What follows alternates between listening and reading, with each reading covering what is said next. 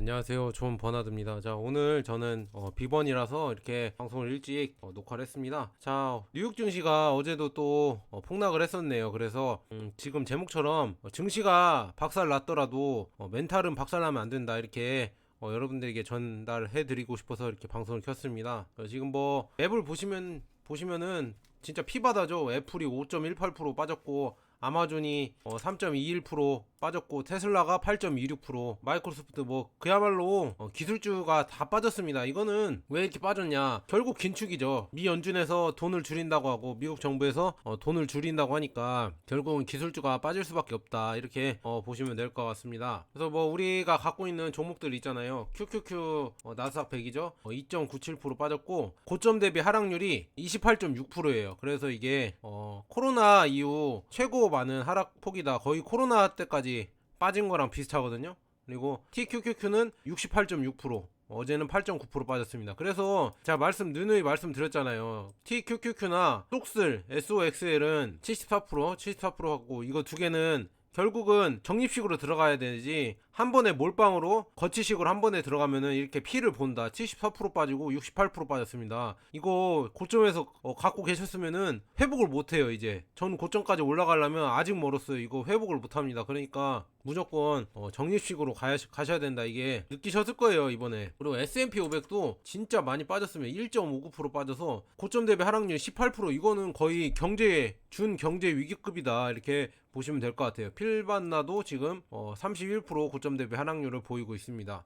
그래서 뭐 주요 주식들로는 애플도 5.18%, 테슬라, 엔비디아, 구글, 마이크로소프트, 아마존, 페이스북, 뭐 전체적으로 보시면은 40% 빠진 것도 있고 50% 빠진 것도 있고 진짜 많이 빠졌습니다. 고점 대비 이렇게 많이 빠진 모습이다. 엔비디아가 그렇게 많이 빠졌네요. 원래 많이 급등한 걸로 알고 있었는데 단기간에 이렇게 52%나 또 빠져버렸습니다. 그래서 지금 빅테크에 위협이 되지 않을까, 이렇게 보고 있습니다. 그래서 뭐 우리나라 상장된 ETF들 있잖아요. 미국 ETF들, 차이나 전기차가 그나마 올라서 1.89% 마이너스 됐지만, 결국은 옆에 뭐 S&P 500이나 나스닥 100이나 뭐 필라델피아 반도체 이런 미국 주식들도 많이 빠져주니까 상대적으로 차이나 전기차도 예전에 처음에 많이 빠졌는데 이제는 조금 회복한 것 같은 느낌이다. 그래서 여기서 좀만 더 올라주면은 얘네들이랑 또 비슷해질 거예요. S&P 500, 나스닥 100, 필라델피아 반도체랑 비슷해질 거니까 괜찮을 것 같다. 그래서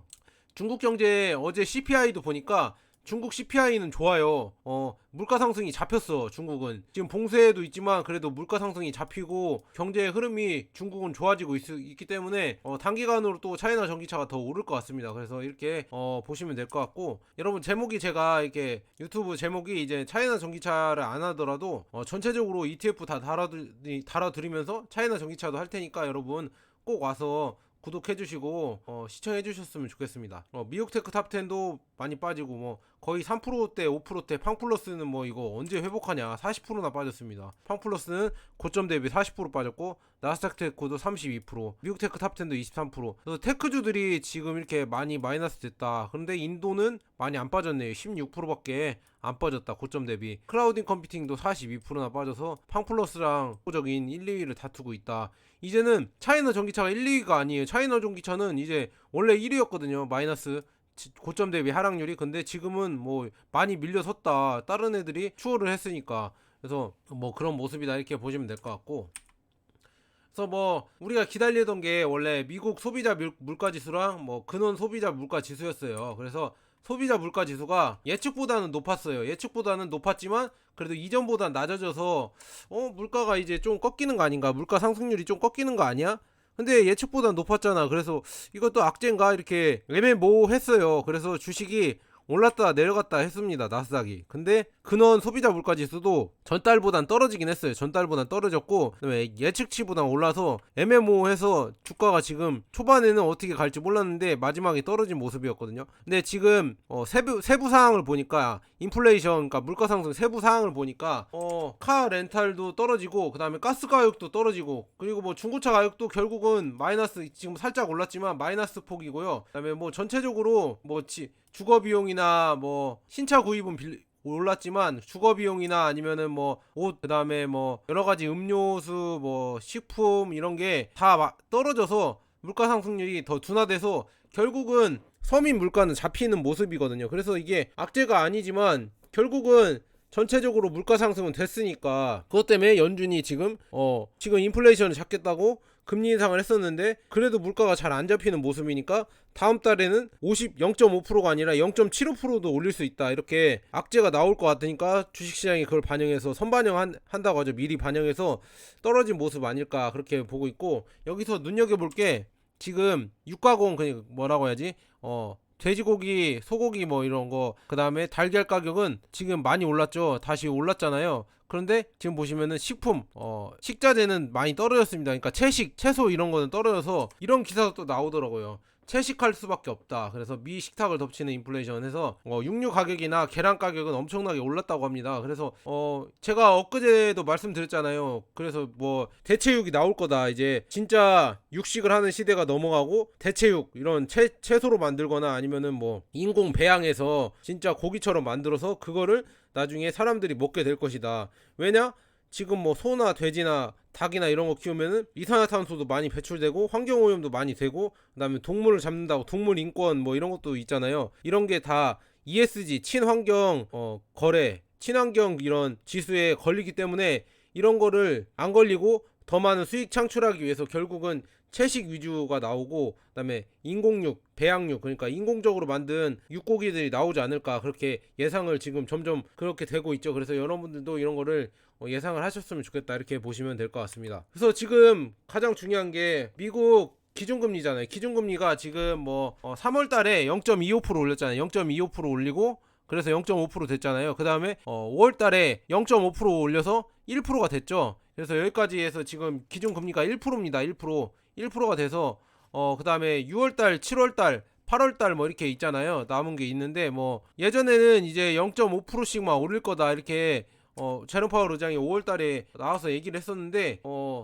빌 더들리 전 뉴욕 연은 총재가 또 물가를 잡으려면 미국 올해 금리 인상이 5% 이상 올려야 될 것이다, 이렇게 강하게 또 발언을 했었네요. 이분도 원래 강한 분이 아니었는데 강하게 발언했습니다. 빌 더들리 전 뉴욕 연은 총재는 연준이 날뛰는 물가를 잡으려면 기준금리를 4에서 5% 또는 그 이상을 올려야 한다고 현지 시간 수요일 블룸버그 인터뷰에서 주장했다, 이렇게 얘기를 했습니다. 그래서 뉴욕 연은 총재가 이렇게 말을 했는데요. 빌 더들리가 6개월 전만 해도 3, 4% 정도의 금리 인상을 생각했었는데 지금은 4, 5%로 보고 있으며 몇 달 후 5, 6%를 얘기를 한다 하더라도 놀랍지 않을 것이다, 뭐 이렇게 얘기를 했대요. 그래서 연준이 금리를 얼마나 올려야 할지, 또 얼마나 큰 고통을 수반해야 할지에 대해서는 사탕 발림을 해서는 안 된다고 조언을 했다. 그러니까 좋은 말을 하지 말고 이제 독서를 해서 진짜 팩트 폭격을 해야 된다. 그래서 뭐 이렇게 해서 그는 뭐 경제 성장 속도가 둔화되고 실업률이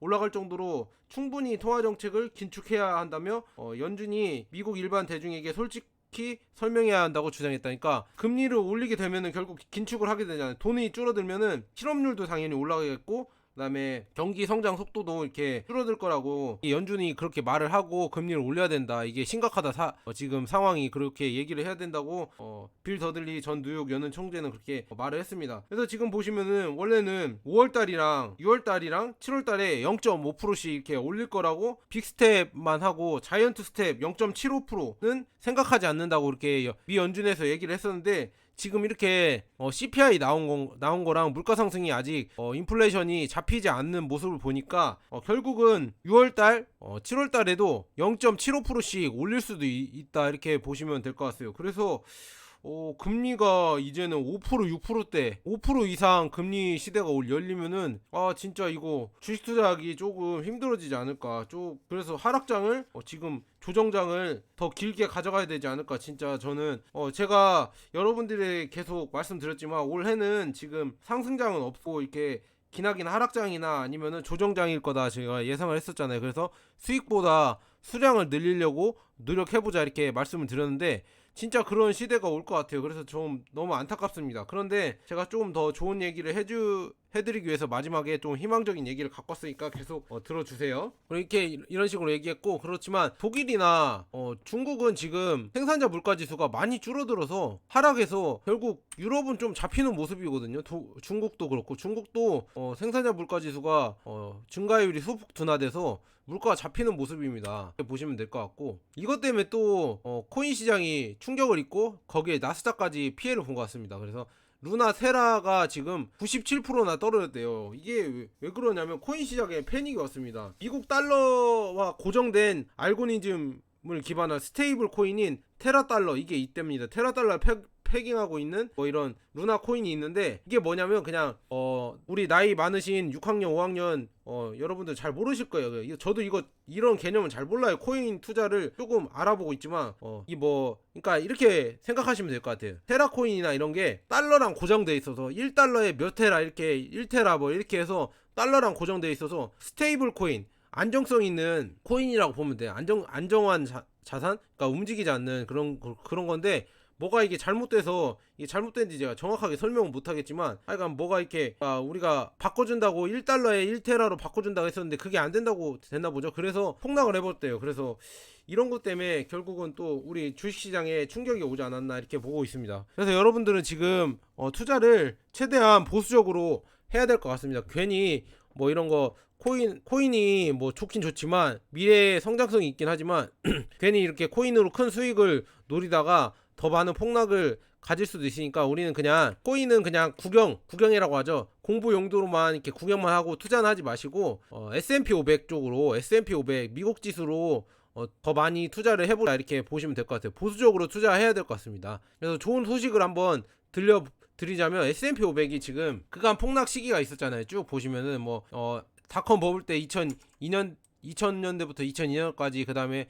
리먼 브라더스 사태 때 2008년부터 2009년까지 이렇게 폭락을 많이 했었고, 11년에 또 16년, 18년에 이렇게 많은 폭락이 있었습니다. 그만큼 지금도 폭락을 했었다, 이렇게 자료가 나와 있거든요. 그래서 그 정도로 폭락을 많이 했으니까 어느 정도 S&P 500은 저점에 오지 않았을까, 주식시장이 지금 저점에 오지 않았을까, 그렇게 보이고요. 그 다음에 지금 20년, 만약에 여러분들이 2003년부터 S&P 500을 100만원, 이게 달러로 돼 있지만 그냥 100만원이라고 생각해 주시고, 100만원을 보유하셨으면, 이때 100만원만 사셨으면 20년 후에 얼마냐, 이게 얼마냐, 676만 8,430원. 이게 떨어져서 그런데 아마 1000만원이 됐을 수도 있어요. 이게 여기 고점에 있었으면 1000만원이 됐을 텐데, 일단은 670만원이 됐다. 100만원이 20년 뒤에는 한 6.7배가 올랐죠. 그래서 연평균 상승률이 10%나 된다. 이게 어마어마한 거죠. 그러니까 여러분들, 이런 위기가 와도 결국은 연평균 S&P 500은 10% 이상 줬으니까, 길게 보면 좀 더 줄어들긴 하는데 20년만 봐도 10% 이상 줬으니까 그냥 들고 가자, S&P 500. 그리고 지금 보시면은 그 2003년부터 2022년까지 연평균 수익률, 평균 수익률이 아니라 연 수익률들 한 번씩 봤어요. 근데 마이너스 난 때가 2008년, 그 다음에 2018년, 그리고 2022년이다. 2022년은 아직 마지막 마무리가 안 됐으니까 마이너스인지 플러스인지 모르겠지만 20년 동안 마이너스가 난 해는 22년 제외 지금 안 끝났으니까요. 2년밖에 없었다. 그것도 리먼 브라더스 사태였고, 2018년에는 그냥 위기 때 하락한 거였거든요. 그러니까 이 두 개밖에 없었어요. 코로나 때도 하락을 안 했습니다. 그래서 이런 거 보시면은 결국은 이렇게 많은 하락을 했을 때가 저점이지 않을까, 그렇게 봐드리고요. 그 다음에 최대 하락폭을 봤어요. S&P 500 최대 하락폭. 그래서 몇 프로씩 빠졌나. 코로나 때 2020년 코로나 때가 거의 18% 이렇게 빠졌었거든요. 지금도 한 그 정도 왔습니다. S&P 500이 그 정도 왔으니까 여기서 더 빠지면은 거의 코로나 하락폭이 됐어요. 거의 이거는 리먼 브라더스 사태니까 거의 제외를 하고요. 그만큼 위기가 오면 떨어지지만 그만큼 위기는 저는 아니라고 보고, 10% 이상 마이너스 난 해가 20년 동안, 이거 보세요. 한 번, 두 번, 그 다음에 이번에 세 번입니다. 이제 그 정도 왔으니까 거의 저점이지 않을까. 그리고 회복도 요새는 빨리빨리 해버리니까 결국 이 저점에 빨리 잡으셔야 돼요. 잡으셔서 적립식 매수로 계속 가셔야 결국 이 저점에 잡아서 올라갈 수 있다, 이렇게 보시면 될 것 같아요. 그래서 여러분들이 계속 말씀드리지만 주식을 하지 말고 그냥 적금을 해야 될까요? 그렇게 말씀하시는 분들도 있어요. 그런데 그렇게 하시라고 저는 위험을 감당해낼 그런 용기가 없으면은 그렇게 하시라고 저는 추천드리지만, 굳이 우리 물가가 계속 상승하고 우리 뭐 달러 대비 가치가 계속 떨어지는데, 달러 값이 계속 떨어지는데 우리가 현금을 들고 있어야 되나? 저는 그게 의문입니다. 원달러 환율도 지금 많이 올랐고 현금을 지금 갖고 뭐 잠잔다고 하죠. 잠재우고 뭐 예금에 넣어놔야 되나 적금에 넣어놔야 되나, 저는 그렇게 생각하지 않고, 이렇게 지금 보시면은 20년 전 신라면 가격이 350원이었어요. 근데 인상된다고 해서 400원 이렇게 된다고 했고, 안성탕면도 뭐 280원, 지금 뭐 엄청나게 올랐죠. 지금 1000원 이상이잖아요, 신라면이. 그렇게 오른 거 보면은 결국은 물가는 꾸준히 상승한다. 올해 치킨값이랑 뭐 내년 내후년 치킨값이랑 달라지듯이 치킨값은 떨어지지 않습니다. 계속 올리기 때문에. 무슨 말인지 아시겠죠? 그러니까 결국은 우리는 주가는 계속 오를 수밖에 없다. 우리가 경제가 상승하고 우리가 계속 잘 살고 있고 경제가 팽창할수록 주가는 계속 오른다. 그러니까 뭐다? 지금 주식을 하셔야 되고, 오래, 최대한 남보다 오래 보유하시면 돼요. 그러니까 지금이 위기라고 생각하지만 그 위기가 기회다. 계속 말씀드렸잖아요. 코로나 때 들어오신 분들이 많은 수익을 챙기셨죠. 근데 지금 그 정도의 하락폭이 왔습니다. 그러면 뭐다? 코로나 때처럼 위기에 맞대응할 수 있는 그런 용기가 필요하죠. 아니 왜 자꾸 그런 얘기 하잖아요. 아, 내가 2008년도 리먼 브라더스 때 그때 주식을 샀더라면, 코로나 때 주식을 많이 샀더라면 엄청나게 벌었을 텐데 껄무새처럼 얘기하시잖아요. 지금 그 시기가 온 걸 수가 있어요. 그러면 지금 들어가셔야죠. 왜 계속 겁을 먹고 계십니까? 제가 말씀드린 거는 이렇게 위기가 기회란 게 정작 그 시점, 그 위기가 있을 때는 모른다. 그러니까 뒤로 빠져본 다음에 다시 전체적으로 주가 시장을 보면서 차트를 보면서 얼마나 빠졌는지 이런 거 보시면서, 아, 이때가 위기였구나, 그걸 보셔야 돼요. 그거를 제가 볼 수 있게 이렇게 아까 차트를 보여드렸잖아요. 아까 차트를 이렇게 보여드렸으니까 여러분들도 여기서 잘 판단하시고 투자하는데 도움이 되셨으면 좋겠습니다. 우리 물가 상승, 그러니까 뭐 제품 가격, 라면 가격, 뭐 식료품 가격은 계속 오릅니다. 그러면은 지금 쳐놓은 가치가 내년 10년 후 더 떨어질 겁니다. 하지만 우리가 자산, 주식을 갖고 있다면 10년, 20년, 30년 그만큼 물가 상승분만큼 주식은 성장할 거니까 여러분들도 그걸 잘 이해하시고 투자하셨으면 좋겠습니다. 자, 여기까지 이렇게 전체적인 오늘 주식시장 풀어드리면서 여러분들 고민이 많이 되셨을 거예요. 그래서 어느 정도 하락했는지 이렇게 봐드리고, 우리가 증시가 지금 박살났지만 멘탈은 절대 박살나면 안 된다, 이렇게 이런 식으로 말씀드렸습니다. 그리고 내일은 제가 시간이 돼서 좀 차이나 전기차 긴급 점검, 이게 5월 10일 날 7시에 미래에셋에서 해줬다고 하더라고요. 미래에셋 자산운용 뭐 이필상 상무님이